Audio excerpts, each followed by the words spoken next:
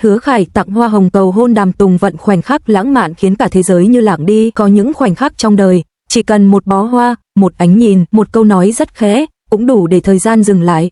Và nếu khoảnh khắc ấy gắn với hai cái tên vốn đã quen thuộc trong lòng công chúng Hứa Khải và Đàm Tùng Vận thì nó không chỉ là một câu chuyện tình yêu mà còn trở thành một giấc mơ lãng mạn được hàng triệu người dõi theo.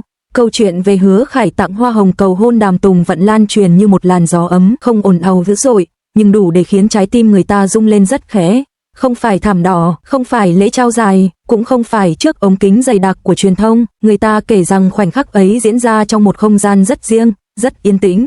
Ánh đèn dịu, không khí ấm áp, và giữa khoảng không gian đó, Hứa Khải xuất hiện với một bó hoa hồng đỏ, không quá cầu kỳ nhưng đủ đầy, đủ chân thành. Hoa hồng, loài hoa của tình yêu, được anh cầm bằng cả hai tay, như thể sợ rằng chỉ cần lơi đi một chút thôi, cảm xúc cũng có thể tràn ra ngoài. Người ta từng thấy Hứa Khải trên màn ảnh với đủ loại vai diễn, mạnh mẽ, phóng khoáng, đôi khi bất cần, nhưng trong khoảnh khắc ấy, ánh mắt anh lại khác, không diễn, không phô trương, chỉ có sự tập trung và nghiêm túc đến lạ. Anh không nói nhiều lời hoa mỹ, không hứa hẹn những điều xa xôi, chỉ là một câu nói rất giản dị, nhưng chứa đựng cả tương lai. Anh không muốn bỏ lỡ thêm một ngày nào nữa mà không có em ở bên. Và rồi, bó hoa hồng được trao ra như một lời cầu hôn lặng lẽ nhưng kiên định. Đàm Tùng Vận, trong khoảnh khắc ấy, không nói ngay. Cô đứng yên, hai tay khẽ che miệng, ánh mắt dần ươn ướt. Không phải vì bất ngờ hoàn toàn, mà vì khoảnh khắc ấy đến đúng lúc, đúng cảm xúc, đúng người. Cô nhìn bó hoa rất lâu, như thể từng cánh hoa đều mang theo kỷ niệm của hai người. Rồi cô ngước lên nhìn Hứa Khải, mỉm cười, nụ cười không cần che giấu, không cần giữ hình tượng. Đó là nụ cười của một người phụ nữ đã sẵn sàng. Bó hoa hồng không chỉ đẹp vì màu đỏ, mà vì ý nghĩa phía sau nó. Mỗi bông hoa như một lời hứa thầm lặng, về sự kiên nhẫn, về sự lựa chọn, về việc ở lại bên nhau không chỉ trong những ngày rực rỡ, mà cả những lúc bình thường nhất. Người ta nói rằng Hứa Khải đã chọn hoa hồng vì Đàm Tùng Vận từng thích những điều giản dị, không cần kim cương lấp lánh, không cần nghi thức cầu kỳ, chỉ cần sự chân thành. Khi câu chuyện này được lan truyền, mạng xã hội gần như chững lại trong vài khoảnh khắc, không phải vì tò mò, mà vì cảm giác rất quen. Ai cũng từng mong được cầu hôn như thế, được chọn như thế, được yêu như thế. Những bình luận xuất hiện, không quá ồn ào, nhưng đầy cảm xúc. Nếu đây là thật, thì thật sự rất đẹp. Hoa hồng thôi mà sao thấy rung động thế, không cần cầu hôn rầm rộ, thế này là đủ rồi. Fan của cả hai vừa vui, vừa dè dặt, họ không vội tin hoàn toàn, nhưng cũng không nỡ phủ nhận một câu chuyện đẹp như thế. Với họ, dù đây là sự thật hay chỉ là một hình ảnh được lan truyền, thì nó vẫn mang lại cảm xúc tích cực, điều hiếm hoi trong thế giới giải trí đầy ồn ào. Nhiều fan nói rằng, nếu Hứa Khải thật sự chọn Đàm Tùng Vận bằng một bó hoa hồng giản dị, thì đó là minh chứng cho một tình cảm trưởng thành, không cần phô trương.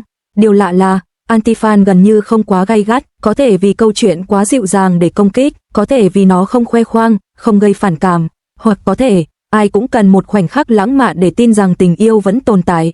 Dù đúng hay không, hình ảnh Hứa Khải cầm bó hoa hồng cầu hôn Đàm Tùng Vận đã trở thành một biểu tượng cảm xúc rất đẹp. Nó không đại diện cho sự thật tuyệt đối, mà đại diện cho mong ước được yêu một cách chân thành, được chọn giữa vô vàn lựa chọn khác. Có những câu chuyện không cần xác nhận, không cần đúng sai, bởi giá trị của chúng nằm ở cảm xúc mà chúng mang lại. Và câu chuyện về bó hoa hồng ấy, dù là sự thật hay chỉ là một giấc mơ đẹp, vẫn khiến lòng người dịu lại. Bởi trong thế giới này, điều lãng mạn nhất không phải là lời hứa vang dội, mà là một người đứng trước bạn, cầm bó hoa và nói rằng anh chọn em hôm nay và cả những ngày sau này. Ngay sau khi câu chuyện về bó hoa hồng và lời cầu hôn được lan truyền, cộng đồng fan của Đàm Tùng Vận và Hứa Khải gần như chìm trong một trạng thái cảm xúc rất đặc biệt. Không phải sự phấn khích ồn ào thường thấy, mà là một niềm vui được giữ gìn cẩn thận, như sợ rằng chỉ cần nói lớn hơn một chút thôi, khoảnh khắc đẹp ấy sẽ tan biến. Fan để lại những lời chúc rất nhẹ, nếu là thật, mong hai người được bình yên, không cần công khai, chỉ cần hạnh phúc. Một bó hoa thôi mà thấy ấm áp quá. Điều đáng chú ý là fan không yêu cầu xác nhận, cũng không ép buộc nghệ sĩ phải lên tiếng. Với họ, câu chuyện ấy giống như một món quà tinh thần, đủ để tin rằng người mình yêu mến đang được trân trọng theo cách dịu dàng nhất. Nhiều fan lâu năm còn chia sẻ rằng họ không mong một đám cưới rình rang hay những lời tuyên bố rầm rộ, mà chỉ mong hai người có thể đi cùng nhau qua những ngày bình thường, như cách bó hoa hồng đã được trao đi trong im lặng. Truyền thông nhanh chóng vào cuộc, nhưng không quá gấp gáp như những tin đồn tình ái khác. Các bài viết xuất hiện với những tiêu đề mang tính mở, được cho là lan truyền khoảnh khắc, dân mạng bàn tán về, không có khẳng định chắc chắn, không có lời suy đoán quá đà. Dường như chính sự đơn giản và kín đáo của lời cầu hôn đã khiến truyền thông cũng phải chậm lại một nhịp. Một số cây bút giải trí còn nhận xét rằng, trong thời đại mà mọi cảm xúc đều dễ bị phóng đại, thì một câu chuyện không ồn ào như thế lại trở nên đặc biệt. Nó khiến người ta viết không phải để gây sốc, mà để kể lại một khoảnh khắc mang màu sắc rất đời. Anti-fan, như thường lệ, vẫn xuất hiện, có người nghi ngờ, có người cho rằng đó chỉ là chiêu trò hình ảnh, có người nhắc đến sự mập mờ giữa thật và hư cấu. Nhưng khác với nhiều lần trước, làn sóng phản đối không kéo dài, có lẽ bởi câu chuyện không khoe khoang, không cố chứng minh điều gì, không có hình ảnh thân mật quá mức, không có phát ngôn gây tranh cãi, chỉ là một bó hoa và một khoảnh khắc được truyền miệng lại, và khi không tìm thấy điểm để công kích, anti-fan dần im lặng. Sự im lặng ấy, theo một cách nào đó, lại trở thành minh chứng cho sức mạnh của sự chân thành, không cần chống đỡ, cũng không cần phản bác. Sau vài ngày bàn tán, nhịp độ thảo luận trên mạng xã hội bắt đầu chậm dần. Câu chuyện không biến mất, nhưng không còn nằm ở vị trí trung tâm của tranh cãi. Nó lùi lại, nhường chỗ cho những tin tức khác, nhưng vẫn được nhắc đến bằng một thái độ rất khác, nhẹ nhàng và tôn trọng. Người ta không hỏi, có thật không, nhiều nữa, mà hỏi, nếu là thật, thì cũng đẹp đấy chứ. Trong một thế giới giải trí vốn quen với cao trào liên tục, lời cầu hôn bằng hoa hồng của Hứa Khải dành cho Đàm Tùng Vận, dù thực hư thế nào, đã trở thành một khoảng lặng hiếm hoi, một khoảng lặng khiến fan mỉm cười. Truyền thông viết chậm hơn, và anti-fan cũng thôi gay gắt. Và đôi khi, một câu chuyện đẹp không cần được xác nhận để tồn tại.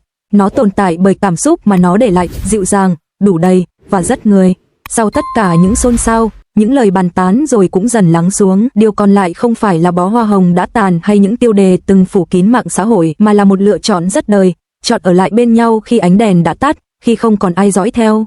Hôn nhân, nếu có, không bắt đầu bằng lời tuyên bố long trọng, mà bằng những buổi sáng yên tĩnh, nơi hai người cùng thức dậy sớm hơn một chút, cùng pha trà, cùng hỏi nhau hôm nay có mệt không. Nó được xây bằng những điều nhỏ bé, một chiếc áo khoác được đặt sẵn, một tin nhắn nhắc ăn cơm đúng giờ, một cái nắm tay đủ chặt để biết rằng mình không đơn độc với Hứa Khải và Đàm Tùng Vận. Bình yên không phải là trốn khỏi thế giới, mà là học cách sống chậm lại trong thế giới ấy, không cần phô trương hạnh phúc, không cần chứng minh cho bất kỳ ai thấy họ yêu nhau thế nào, chỉ cần biết rằng, giữa vô vàn ngã rẽ, họ đã chọn chung một hướng đi.